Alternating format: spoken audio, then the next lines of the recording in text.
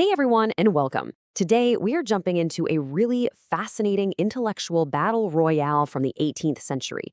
It's a fight over one single powerful idea: taste. And no, not the taste of your food, but the kind of taste that decides what's beautiful, what's powerful, and what's, well, just not. So, let me ask you this. Have you ever gotten into an argument with a friend about a movie? You thought it was an absolute masterpiece, and they thought it was total garbage. So who's right? Is good taste a real, actual thing you can have? Or is it all just, your opinion? Well, believe it or not, that exact argument was one of the hottest philosophical questions of the entire 18th century. For the big thinkers in Britain, figuring out the nature of taste wasn't just some casual coffee shop debate. It was like a quest to unlock the secrets of the human mind itself. And out of this intellectual firestorm, three major competing teams, or philosophical camps if you want to get fancy, popped up. And each one had a totally different answer to the question of what good taste actually is. So let's break down these three competing ideas. Okay, first things first, what were they even talking about? Most of them could agree on a basic definition of taste. Joseph Addison put it nicely. It's the faculty of the soul that perceives beauty with pleasure. Simple enough, right? But how that faculty works? Oh, that's where the fight really gets going. All right, our first team on the scene is the internal sense theorists. Their big idea? That our ability to see beauty is as fundamental and as natural as our ability to see with our eyes or hear with our ears. Their argument was pretty straightforward. We basically have a sixth sense just for beauty. You know, when you see a breathtaking sunset, you don't logically calculate its beauty. You just feel it, instantly. It's a direct perception, seen through what they called an inward eye. What a cool idea, right? Now, the star player for this team was Lord Shaftesbury. For him, real beauty wasn't even physical. It wasn't in the paint on a canvas or the marble of a statue. He argued that beauty is this intellectual, almost divine quality that you can only perceive with your mind, or as he put it, the diviner part. He even broke it down into this three-level system. So at the bottom, you've got the dead forms. That's the actual painting or sculpture itself. Then, a step up from that, you have the mind of the artist who made it.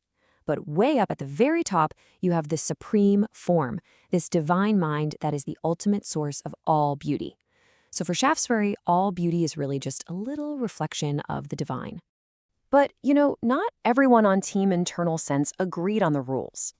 The famous philosopher David Hume, he took the same basic idea but came to the exact opposite conclusion. He argued that beauty isn't real or absolute at all. It's completely subjective. It only exists inside the mind of the person looking at it. It literally is in the eye of the beholder. Okay, on to our second team. These thinkers took a totally different path. They pretty much threw out the whole special sixth sense idea and argued that taste is all about the pleasure we get from our imagination. For these guys, beauty wasn't some lofty, divine concept. Nope. It was a much more direct sensory experience.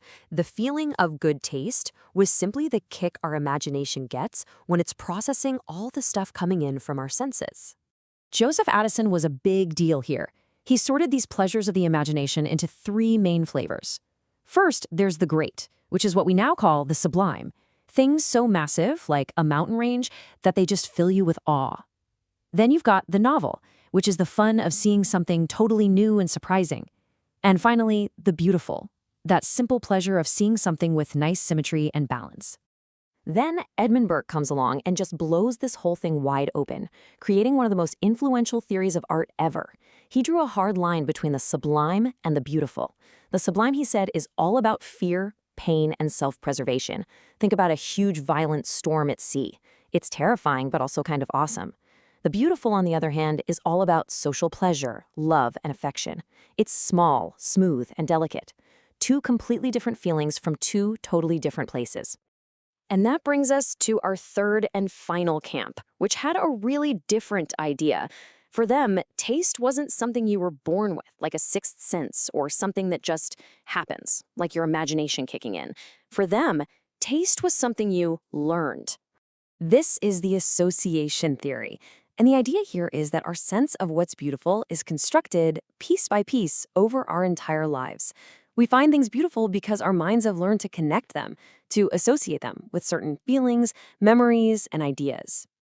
So, a thinker named Alexander Gerard argued that when we experience taste, our mind is really just busy making connections.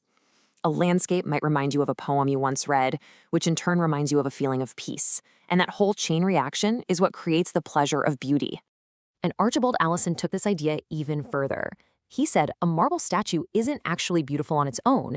It becomes beautiful because we associate that smooth white marble with ideas like purity or innocence. So an object triggers an emotion, that emotion sets off a whole chain of related ideas in our imagination, and that complex feeling, that's what we call beauty. So after all that, who won the great taste debate? Who took home the trophy? Well, plot twist, nobody. And that's because this 250-year-old argument is still happening all around us, every single day.